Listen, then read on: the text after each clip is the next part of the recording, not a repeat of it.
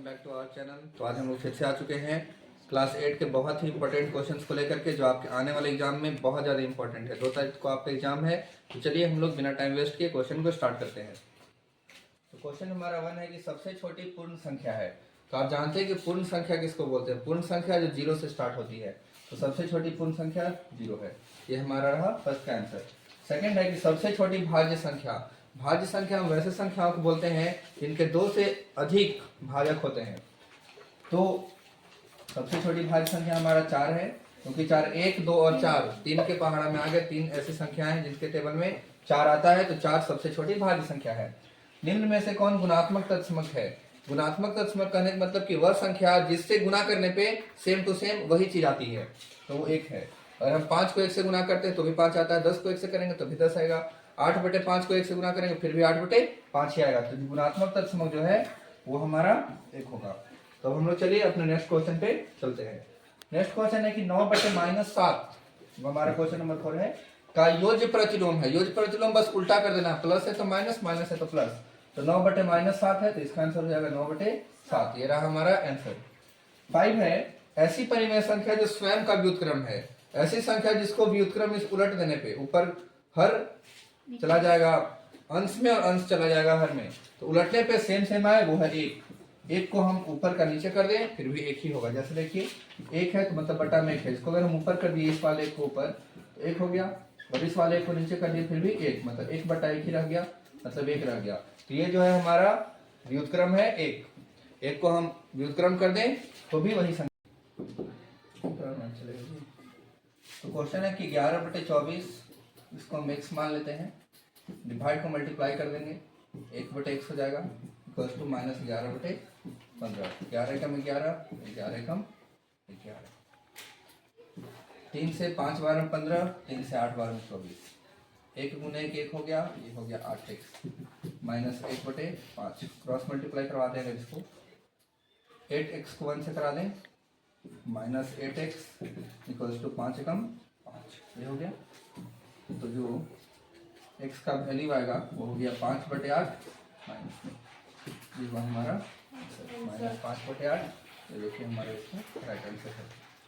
चलिए हम चलते हैं अपना क्वेश्चन पे। क्वेश्चन है कि 1/2 और 1/4 के मध्य एक परिमेय संख्या। 1/2 को अगर हम कहें तो ये हो गया 0.5। 1/2 का मतलब होता है 0.5, और 1/4 का मतलब होता है 0.25। 5 को हम ऐसे 50 भी लिख सकते हैं, मतलब 0.25 और 0.50 के बीच में चारों में से कौन है। तो देखते हैं 3/8, 8 से 3 को डिवाइड लगाते हैं, 0.8 3 के 24। देखिए आ रहा है 1/8 0. और अगर इसको लगाते हैं तो 8 3 के 24, 6 0 60, 8 7 56। तो देखिए 0.25 और 0.50 के बीच में होगा, तो ये हो गया इसका आंसर। नेक्स्ट है, निम्न में से किसका वर्ग का इकाई अंक 1 होगा? कौन सी ऐसी संख्या है जिसका अगर हम स्क्वायर करेंगे तो इकाई पे 1 आएगा? सम संख्या हम देखिए होता है 2 4 6 8 और 1 0 होता है। तो 2 का स्क्वायर 4 होता है, 4 का स्क्वायर 16, 6 का स्क्वायर 36, 8 का स्क्वायर 64 और 0 का कर दें तो 0। आना क्या चाहिए था? 1। देखिए किसी के भी लास्ट में 1 आया नहीं है, तो मतलब ये सम संख्या, इसका ऑप्शन गलत हो गया। विषम संख्या हम चले तो 1 3 5 7 9 होता है, 1 का स्क्वायर 1। देखिए तो विषम संख्या ऐसी संख्या है जिसका वर्ग का इकाई अंक 1 आ सकता है। चलिए नेक्स्ट क्वेश्चन अब हम चलते हैं अपना। क्वेश्चन नंबर 9, 0.25 का वर्गमूल कितना होगा? ये सबको पता है, 5 होगा 0.5, 25 का 5 होता है। नेक्स्ट 999 का पावर 0, किसी भी संख्या का पावर 0 का मान होता है 1। चलिए अब हम लोग नेक्स्ट क्वेश्चन पे चलते हैं। 11 क्वेश्चन है, 2 का पावर 1 गुना 5 का पावर 2 गुना 7 का पावर 0 किसके बराबर है? तो 2 का पावर 1 2 हो गया, 5 का पावर 2 25, 7 का पावर 0 1, 2 गुने 25 50 आंसर।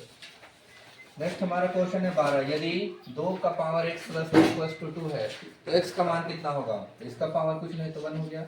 अगर नीचे का बेस सेम होता है तो पावर मतलब बेस बराबर है तो पावर भी बराबर होगा। x प्लस 3 बराबर 1 हो गया, x का मान 1 माइनस 3, x का मान 1 में से 3 का माइनस 2, देखा इसका हमारा आंसर। अब हम लोग चलते हैं अपना नेक्स्ट क्वेश्चन में। यदि x बराबर 1 और y बराबर माइनस 2 है तो x square plus y square का क्या मान होगा? तो x का मान 1 है तो 1 का स्क्वायर प्लस y का मान माइनस 2 है तो माइनस 2 का स्क्वायर, 1 का स्क्वायर 1 माइनस 2 का 4, 5 हो गया इसका answer. 14x square minus x plus 1 किस प्रकार का बीजीय व्यंजक है?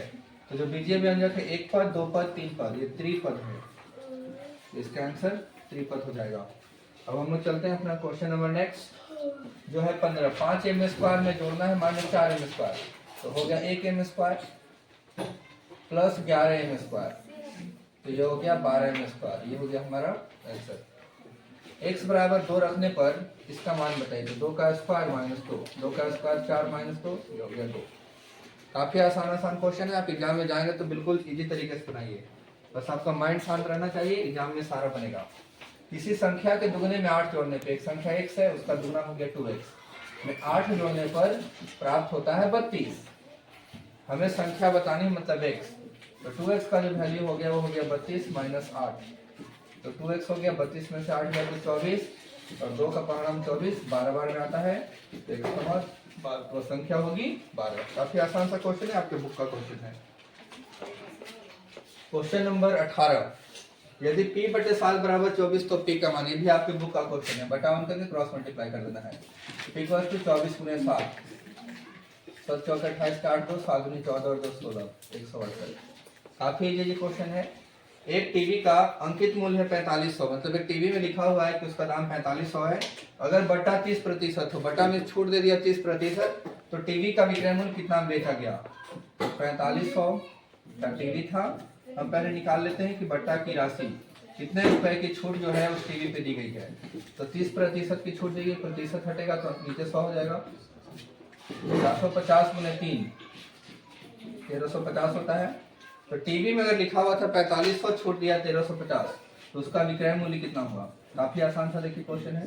4500 में घटा देना है हमको 1350, 0 5 1 3, 3150 रुपए जो है सो टीवी का यहाँ पे दाम हो गया। तो टीवी में लिखा हुआ था 4500, 30% बटा दिया गया, तो टीवी का जो दाम है अब हो गया 3150, उसमें 1350 का डिस्काउंट हुआ, 3150 में वो टीवी को 3150, हाँ ठीक है। अब हम लोग चलते हैं देखिए अपने लास्ट क्वेश्चन पे जो हमारा 20 और 21 है। क्वेश्चन नंबर 20 है कि एक त्रिभुज में अधिक से अधिक अंतस्थ कोण कितने हो सकते हैं? तो ये देखिए त्रिभुज है, एक देखिए कोण यहाँ हुआ, एक यहाँ हुआ और एक यहाँ, मतलब इसमें अंतस्थ कोण 3 हो सकते हैं। नेक्स्ट क्वेश्चन है, एक समांतर चतुर्भुज है जिसका प्रत्येक कोण समकोण है, मतलब हर एक कोण उसका 90 डिग्री है, तो वह क्या है? आयत है, समचतुर्भुज, समलंब चतुर्भुज या पतन? तो चलिए चतुर्भुज हम बनाते हैं जिसमें सारा समकोण होना चाहिए। समकोण मीन्स ये भी 90 डिग्री हो, ये भी 90 डिग्री हो, ये भी 90 और ये भी 90, तो ये आयत होता है।